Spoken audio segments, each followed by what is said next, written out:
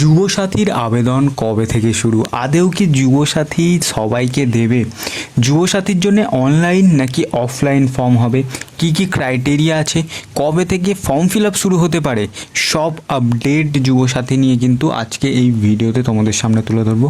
ভিডিওটা পুরোটা দেখবে এবং চ্যানেলে যদি নতুন হয়ে থাকো তো চ্যানেলটাকে সাবস্ক্রাইব করবে। এবং শুধু তাই নয়, যুবসাথীর জন্য কিন্তু একটা এক্সট্রা ডকুমেন্টসও তোমাদের লাগতে পারে। সেই ডকুমেন্টটা কিভাবে বানাবে, কিভাবে তোমরা সেই ডকুমেন্টটা হাতে পাবে, সেটাও কিন্তু এই ভিডিওতেই তোমাদের সামনে তুলে ধরবো। তোমাদের প্রথমেই যে কোয়েশ্চেনটা আছে যে যুবসাথী কি আদৌ দেবে, কারণ অন্নপূর্ণা ভান্ডার নিয়ে যেভাবে কথা চলছে বা যেভাবে প্রেস কনফারেন্স হচ্ছে এবং সবাই কথা বলছে, হয়তো তাই জন্যই অন্নপূর্ণার ভান্ডারটা দিচ্ছে এবং যুবসাথী নিয়ে কেউ কথা বলছে না, হয়তো বন্ধ হয়ে যেতে পারে। এমনটা কিন্তু নয়, যুবসাথী দেবে এবং যুবসাথী দেওয়ার যে প্রসেস হবে সেটা কিন্তু যে বাজেট পেশ হবে 22 তারিখ, সেই 22 তারিখের পর কিন্তু এটা নিয়ে কবে থেকে আবেদন, কি আবেদন সেটার কথা বলবে। কিন্তু এই যে যুবসাথীর আবেদন হবে তার আগে কিন্তু এটার ভেরিফিকেশন হবে। যেমন তোমরা দেখেছো যে অন্নপূর্ণা ভান্ডারে লোকাল লেভেলে অর্থাৎ অঙ্গনারী লেভেলে বা পৌরসভা লেভেলে কিন্তু গিয়ে জমা দিতে হয়েছে ফর্ম, সেরকমই কিন্তু তোমাদের ডকুমেন্টস জমা দিতে হবে। কি কি ডকুমেন্টস জমা দিতে হতে পারে দেখো, এখানে কিন্তু তোমাদের একটা ভোটার, আধার বা প্যান কার্ড, এই তিনটের মধ্যে যে কোনো একটা জেরক্স লাগতে পারে। আচ্ছা, তোমাদের কিন্তু মার্কশিট লাগতে পারে, 10th বা 10th-এর উপরে তোমরা যত পর্যন্ত পড়াশোনা করেছো সেটার মার্কশিট বা সার্টিফিকেট। আরও কি লাগতে পারে, আরও হয়তো তোমার বাবার বা ফ্যামিলির যে গার্জেন আছে তার কিন্তু কোনো ডকুমেন্টস লাগতে পারে। এবং তোমাদের আরও দুটো কিন্তু এক্সট্রা ডকুমেন্টস লাগতে পারে। তার মধ্যে প্রথম যেটা হলো সেটা হলো ইনকাম সার্টিফিকেট। হ্যাঁ বন্ধুরা, ইনকাম সার্টিফিকেট কিন্তু লাগতে হতে পারে।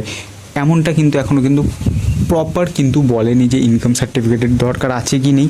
তবে হ্যাঁ, ফেসবুক বা সোশ্যাল মিডিয়ায় বিভিন্ন নিউজে কিন্তু দেখাচ্ছে যে ইনকাম সার্টিফিকেট হয়তো লাগতে পারে।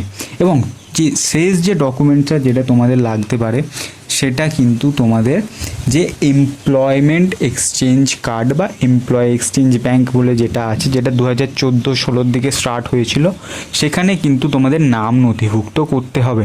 সেটা নিয়ে যাবতীয় ভিডিও আমি একটা বলে দেবো। ইজি প্রসেস আছে, অনলাইনে 5 মিনিটের মধ্যে তোমরা নাম নথিভুক্ত করতে পারবে কিছু বেসিক তোমাদের ডিটেলস দিয়ে।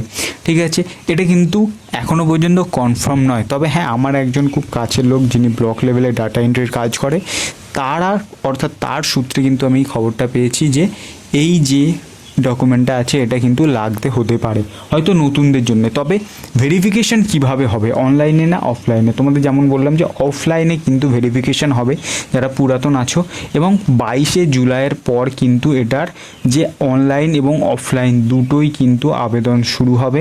তবে হ্যাঁ, এই যে অন্নপূর্ণা ভান্ডারের মতো কিন্তু এইভাবে হবে না। তবে এখানে কিন্তু অন্যতম একটা বড় প্রজেক্ট হতে চলেছে যুবসাথী। কারণ যে অন্নপূর্ণা ভান্ডারে কিন্তু আমরা শুধু দেখেছি যে শুধু মহিলারা পেয়েছে এবং 25 থেকে 60, কিন্তু এখানে কিন্তু যুবক যুবতী এবং 18 থেকে প্রায় 40 বছর পর্যন্ত পাবে। তাই তোমরা নাম্বারটা ধরতে পারছো যে কত পরিমাণ মানুষ কিন্তু এখানে এই প্রকল্পের আওতায় আসতে চলেছে। এবং এর যে ভেরিফিকেশনের প্রসেস খুব সম্ভবত কিন্তু তোমার যে 26-27 জুলাই থেকে, জুন বা জুলাই থেকে এটার কিন্তু স্টার্ট হবে এবং জুলাই কিন্তু এটা কনফার্ম একদম তোমরা স্টার্ট হয়ে যাবে এটার ভেরিফিকেশন, বা তোমরা নতুন ফর্ম ফিল আপ বলতে পারো, সেটার কিন্তু প্রসেস স্টার্ট হবে এবং এটার কিন্তু মানুষ টাকা পাওয়াও শুরু করে দেবে। এটা তোমাদের আমি একটা খুব কনফার্ম নিউজ আমি তোমাদের দিতে পারি। তাই যে যে ডকুমেন্টসগুলো বললাম, বিশেষ করে এমপ্লয়মেন্ট এক্সচেঞ্জ যেটা বললাম, যে কার্ডটার কথা বললাম বা যে রেজিস্ট্রেশনটার কথা বললাম, সেটা কিন্তু অবশ্যই রেডি রাখো। কারণ আরও একটা জিনিস তোমাদের সতর্ক করি, এই যে অন্নপূর্ণা ভান্ডারে মেন কারা টাকা পাবে না ফর্ম ফিল আপের পর, যাদের কিন্তু ডিবিটি লিঙ্ক করা নেই তারা। তাই যারা যুবসাথীতেও অ্যাপ্লাই করবে ভাবছো বা করেছো আগেও, তাই ডিবিটি লিঙ্কটা করে রাখো। ডিবিটি লিঙ্ক না হলে কিন্তু তোমরা টাকা পয়সা পাবে না যুবসাথীর ক্ষেত্রেও বা যে কোনো প্রকল্পের ক্ষেত্রেও। তাই এটা মাস্ট করে রাখো এবং এমপ্লয় এক্সচেঞ্জে যেটা বললাম সেটাও অবশ্যই রেজিস্ট্রেশন করিয়ে রাখো।